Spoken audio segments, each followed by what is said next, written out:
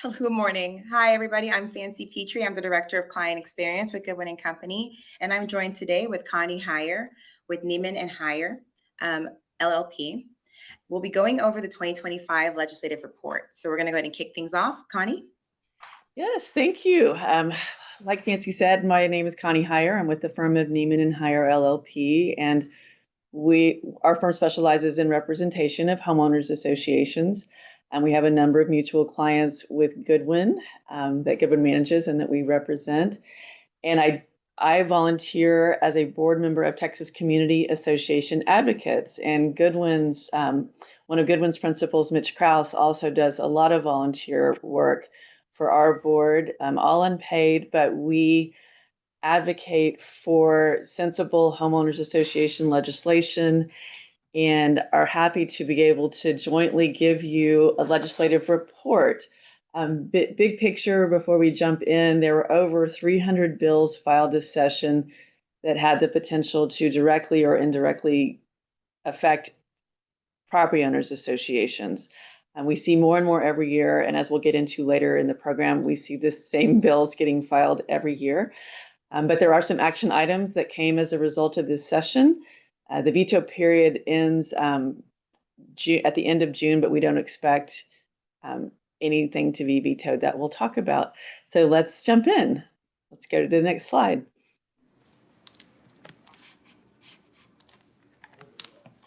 So the homeowners associations and condominiums that I'll talk about are two different legal animals.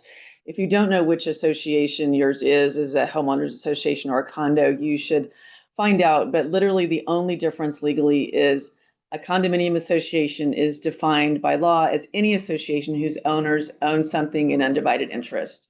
It's usually you're owning the common elements, the roofs, the exteriors, the land. And in the homeowners association context, the owners don't own anything in common. They own their homes. And if there's any common area, the homeowners association owns it. So you will see throughout this presentation that some laws apply to only condominiums, some new laws apply only to homeowners associations, and some apply to both. Okay, next slide. Yeah, so all bills passed are effective in September 1st. So all the action items need to be completed by September 1st of 2025, except for there's one exception that we'll get to just on the next slide, I believe. So a number of bills passed, and we're going to go through the bills that passed first, and then very summarily go through some of the bills that didn't pass, just to know what's out there and what to expect for next year. So the first one that passed, solar shingles. Right now, if you live in a homeowners association in particular, if an owner applies to the architectural committee for permission for solar panels, there are certain statutes that govern the solar panels, the piping, the antennas, any conduits. All this bill does, it's important, but it's not a great big change in the day-to-day operations. All it does is clarify that solar shingles fall into the same protocol that's already in the law. The bottom line is if your architectural committee receives a request for solar shingles, just treat that just like you would any other solar panel type request. And that law is effective immediately. And then the rest of them are effective September 1st. Next. You can go ahead and click one more time to bring everything in. Yay. So this is one of the new laws that got passed. This prohibits the association from enforcing like a green lawn, like you're not watering your lawn, we're going to give you a courtesy letter or a fine.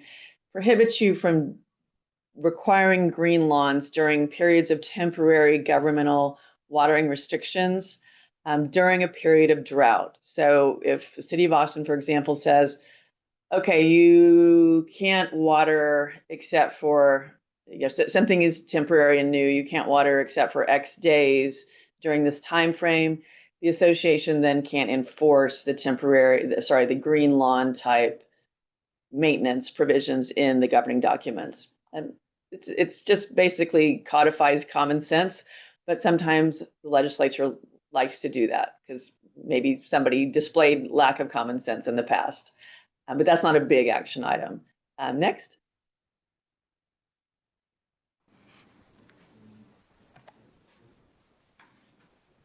So this is a very large bill that actually passed last session but got vetoed by Governor Abbott for reasons having nothing to do with HOAs. It just got caught up in some political issues. So this bill has action items for condos and for HOAs. So for condominiums, what it will mean is that basically it's bringing them to mirror already existing HOA law. So as of September 1st, if you live in a condominium association, all of your deed restrictions must be posted online on a portal or a website. It doesn't have to be public. It can be accessible just to the owners. Goodwin has a fantastic portal for this. I use it all the time, just to pull up governing documents and make sure that our records match theirs. And I've got everything, but so Goodwin should probably already has this in place for you, so that probably won't be an action item for Goodwin customers. But that is something that condominiums are going to have by September 1st. Also for condominiums, a new management certificate must be filed by September 1st with additional information like the website, like all transfer fees. And again, this is mirroring current HOA law that condos hadn't been caught up with yet. So the management certificate, our firm can help with that, and Goodwin is great at facilitating that too. So that just needs to get done by September 1st. There are pretty significant penalties for not getting that done and filed of record. It also needs to be uploaded to the TREC website, which is really easy. It just has to get done. But the consequences are really significant. If you don't do this by September 1st, your owners are not liable for attorney's fees incurred in collections for any period that you don't have this management certificate updated and filed with TREC. Okay, next. So also for condominiums, this has been the law in the past. It's currently the law for HOAs, but now for condominiums, your resale certificate fees are capped at $375. The initial fees, like the other fees, like rush fees, like we need this Goodwin, we need a resale certificate tomorrow. Most management companies charge, okay, you want us to drop everything. We have 10 days, but if you need it by tomorrow, we will give you a rush item, but we're going to charge a fee, which is standard and understandable. Those kind of fees are not prohibited. Like if owner wants to pay for an inspection and that's an offered side item, that is not prohibited, but the fee for the resale certificate itself is capped at $375.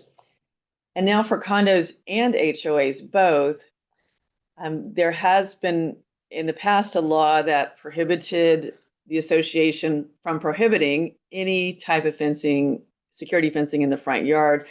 But now the law has been updated so that associations now can prohibit front yard fencing. There are a couple of outliers and exceptions to that, like if someone's the victim of stalking or something like that. But in most instances, associations can prohibit front yard fencing. If your association wants to do this, you should have a look at your documents and make sure that that's clear in your documents that those types of fences are prohibited. But that is really good news in the law because a lot of communities don't want to have front yard fencing just for the aesthetics in the neighborhood. You can now prohibit fencing in easements and similar areas. That's really a clarification to a hardly drafted law about 4 years ago. You can require, if you allow front yard fencing and you require driveway gates, you can require them to be set back 10 feet. That's, again, a clarification. Next. This is a great clarification for homeowners associations. Currently, under HOA law, your board members cannot serve on the architectural committee. In many instances, that has led to associations having to pay architects to be on the architectural committee because you literally cannot get enough warm bodies willing to serve on the architectural committee if you can't use board members who step up and are willing to do the job. So we brought that concern to the legislature saying this is costing associations money. We need warm bodies because a lot of times people just are not willing to step up. The architectural committee is a tough and thankless job. And so what we were able to, through the efforts of Texas Community Associations advocates, get to was a new law that said okay, if you give everybody a chance to throw their hat in the ring, and you still don't have enough members to fill the architectural committee slots, then you can use board members, which is fair enough. So what Goodwin will be needing to do for you, and they already are doing this for your board members solicitations, is you will have to give a 10-day candidate solicitation. Hello, members of our association. And this will be an email. Within the next 10 days, if you're interested in serving on the architecture committee, please respond to this email. And then if you get enough response, the board can select from those people who responded to fill the slots. If you don't get enough response, the board can look to board members to fill the slots. And so you will want by September 1st to have this candidate solicitation protocol in place. I don't think it's going to be action items on your part because Goodwin already maintains your email databases and is up and running with board candidate solicitation protocol, which is exactly the same thing as the now architectural candidate protocol. But just know that it's a new protocol that has to be used to fill your architectural committee, and that's just going to have to get done. Next. So they can now have a board of architectural board of all board members if that's where they're at. Right? Well, that's a good question. If you right now, whatever your architectural committee is right now, I see no need to change it. But to the extent you need to fill new positions, somebody resigns or what have you after September 1st, then you will need to do a 10-day candidate solicitation, notice to the ownership. We have X number of slots to fill. Anybody wishing to be considered, please respond by this deadline. If you get no response by that deadline, then you can look to the board to fill those spaces. Thank you. Yeah. Okay, this is great news. This is codifying kind of some standardization of meetings and voting practices.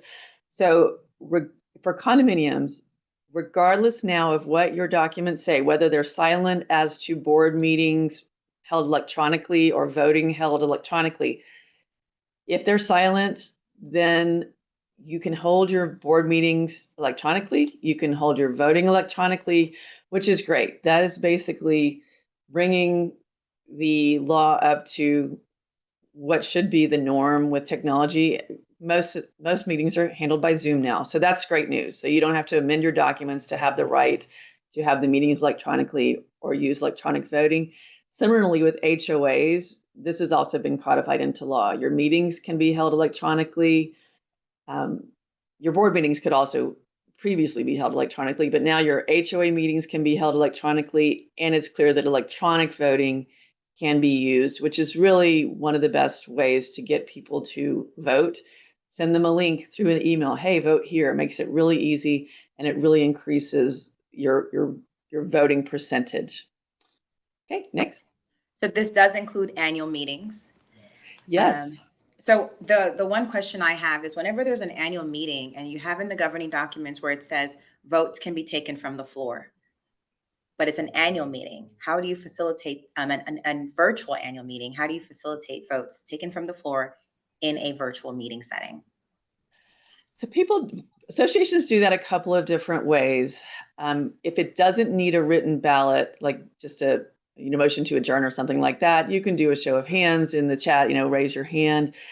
People can physically put their vote into the chat. There's no specific, there's no etched in stone form of balloting. And under the Uniform Electronic Signatures Act, if someone intends something to be their signature, like something put into the chat, hey, Fancy, I'm voting for Connie for board of directors. That probably would be fine. I would have to look at your individual governing documents, but that probably would be fine. Probably the easiest thing to do would be to send out a link to use during the meeting saying, hey, at the beginning of the meeting, hey, I sent out a link at the beginning of this meeting. Can you use that link for voting during the meeting, please? And that would probably be the easiest way to do it. Thank you. Yeah. So political gatherings. This is this is to address some associations that allow the Girl Scouts or birthday parties or allow certain organizations to rent out or have gatherings in the common areas, but they don't allow political gatherings, candidate forums, because some of them do this because those tend to be, a little bit rubbing people the wrong way, putting neighbor against neighbor. Oh, I don't like that candidate. And some associations have just made the decision that it's not something that they want to do, to host political gatherings in their neighborhood. Well, that is no longer an option with the passage of this bill as of September 1st. What this bill says is, if you allow anybody to have gatherings in the common area, the Girl Scouts, you rent out the clubhouse for birthday parties, etc., then you have to allow your owners, not the public, obviously, but your owners, to rent out the clubhouse or just have political gatherings under this very same rules that apply to any other gathering, but for qualified candidates who have qualified to run for office, to meet with homeowners association members and their guests. It's not just anybody. It has to be a candidate that is qualified to run for office. But you can't discriminate, so to speak, against political functions in favor of other functions. That is no longer allowed as of September 1st. But if you don't allow your guests to rent out the pool area or rent out the clubhouse or have meetings in the clubhouse, then you don't have to make a special exception for political gatherings. You just can't discriminate against them if you do allow those type of meetings. Next is Senate Bill 15. This doesn't directly affect HOAs, but I think it will indirectly affect HOAs. Basically, this prohibits municipalities from requiring a large minimum lot size. It basically says you can't require lots to be more than 3,000 square feet. Well, a lot of you probably have houses that are 3,000 square feet. That is not a big lot. That is 0.07 acres. Most small lots these days are quarter-acre lots. So this is a very tiny lot. It basically allows tiny lots for tiny houses. What this means is that you will have additional pressure on your HOA deed restrictions to enforce. If you have a restriction against subdividing, if you have a restriction against multiple dwellings on one lot, the city is no longer, the zoning, so to speak, is no longer going to be able to be the first level of protection, so to speak, against multiple houses on a lot. So if you want your association to maintain the lot size, the one dwelling per lot, I strongly suggest that you review now your deed restrictions with your HOA attorney. Do they prohibit subdivision? Do they prohibit multiple dwellings from being built on a lot? And if they don't clearly prohibit that, consider adoption of amendments that do clearly prohibit that, if you desire to keep your community within the same structure and layout that it is now, because it's just going to get harder to maintain that.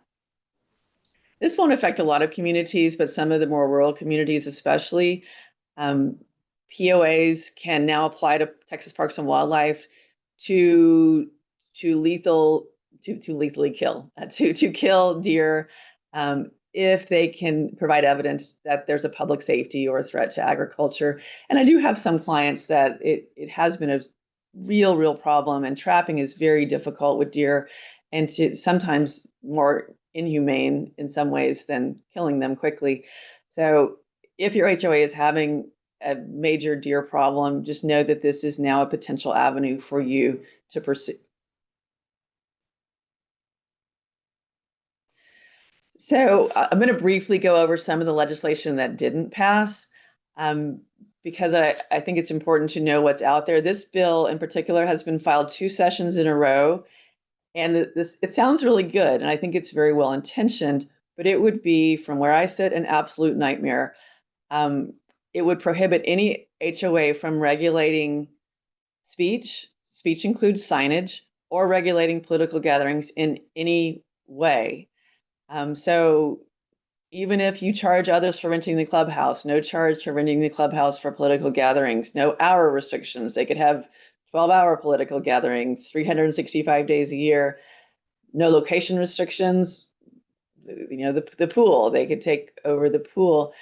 And those are a little bit more ivory tower type concerns.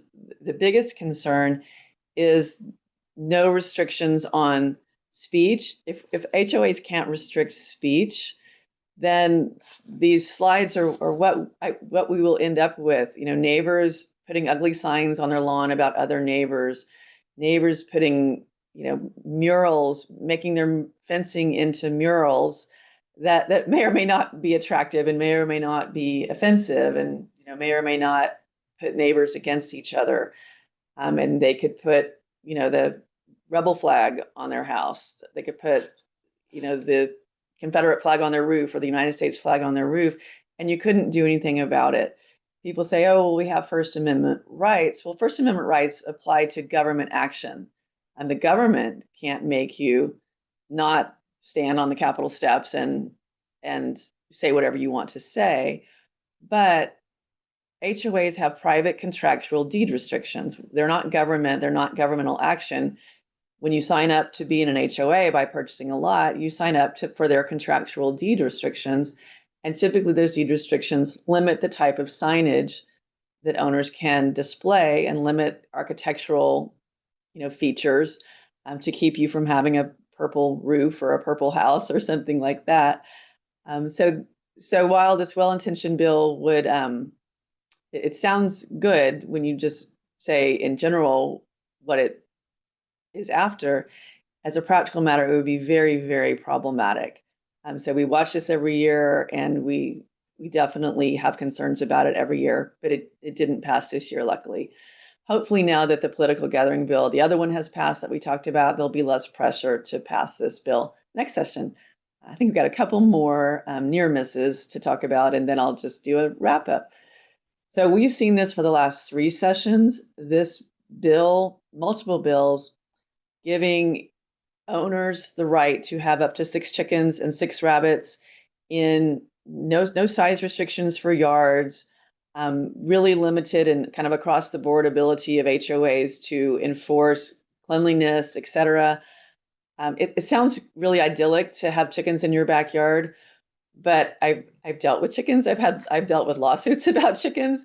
I've dealt with neighbors whose children they're worried for their children to go into their backyards and play because their neighbors have chickens, and the snakes are being attracted to the chickens, and the chickens are smelly because the neighbors won't take care of the chicken coop, and they're health hazards, or the people are allergic to them. It's a really problematic bill, and I personally believe in Texas Community Association advocates that I was volunteer lobbying with believe that individual communities should decide this on an individual grassroots level. If people want it in their community, they can vote for it or vote against it. It's not a one-size-fits-all. That picture of the charming townhome patio in the bottom left is an example of where 6 chickens and 6 rabbits could go if this bill passed. Great to live next door to those 2 adorable dogs, but not to live next door to 6 chickens and 6 rabbits in such close quarters. All right, next. And here's just more near misses, and we will see them again next session. Well-intentioned bills. This is just an example of the importance of having advocacy for homeowners associations and their members at the Capitol. House Bill 509. It would have allowed anybody to come into your condominium building. When you could go into the Austonian and go up to any floor and say, hey, I'm here to deliver political flyers. Well, guess what? What's every burglar and person who wants to case a house going to do? Hey, I'm here to deliver political flyers.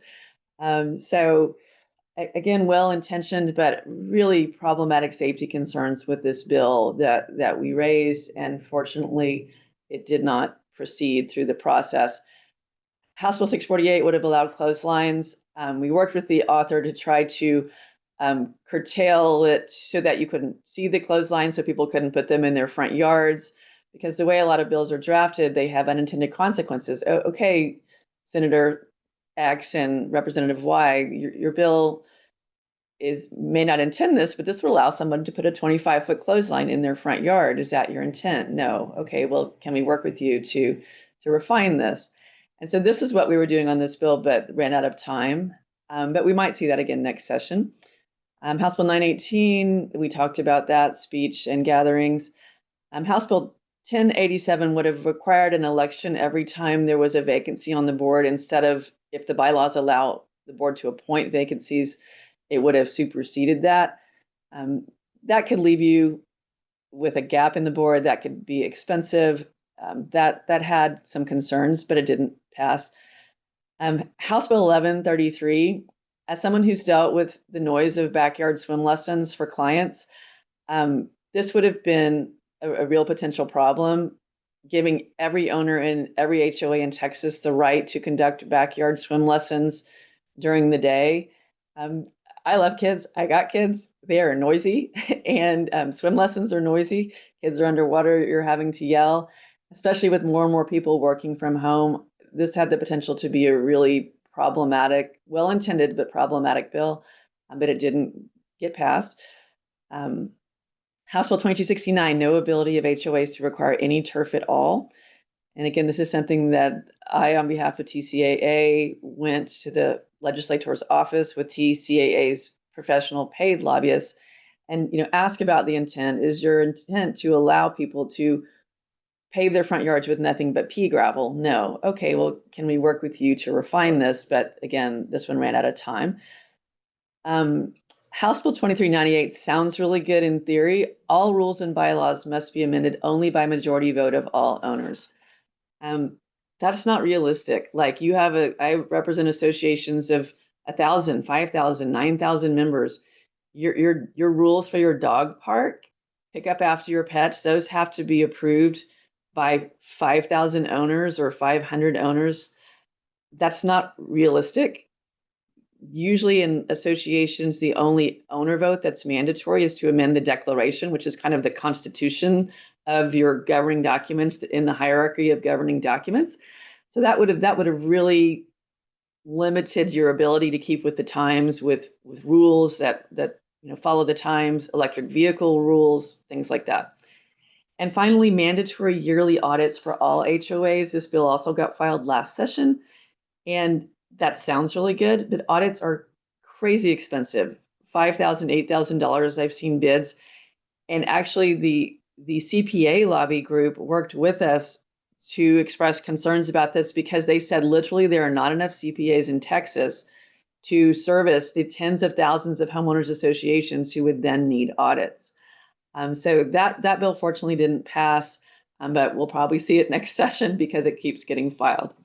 All right, next. So here's an action item summary for your HOAs and condominiums. We talked about solar shingles. We talked about not enforcing green lawns during periods of temporary watering restrictions. Your front yard fencing. Talk to your HOA attorney if you want to prohibit front yard fencing. Take advantage of electronic meeting and voting. Allow political gatherings if you allow other meetings in your common areas. And take advantage, if you have a white-tailed deer hazard, take advantage of that potentially, and you can talk to your HOA attorney about that. And then the next slide, I think, has just a few more. So for condominiums only, get all your dedicatory instruments on the website by September. I think Goodwin's probably already done that for you, and if not, they'll make sure to get that done because that's their standard protocol. But do file a new management certificate by September 1st with the county deed records and with TREC. Really serious consequences for not getting that done. And then next.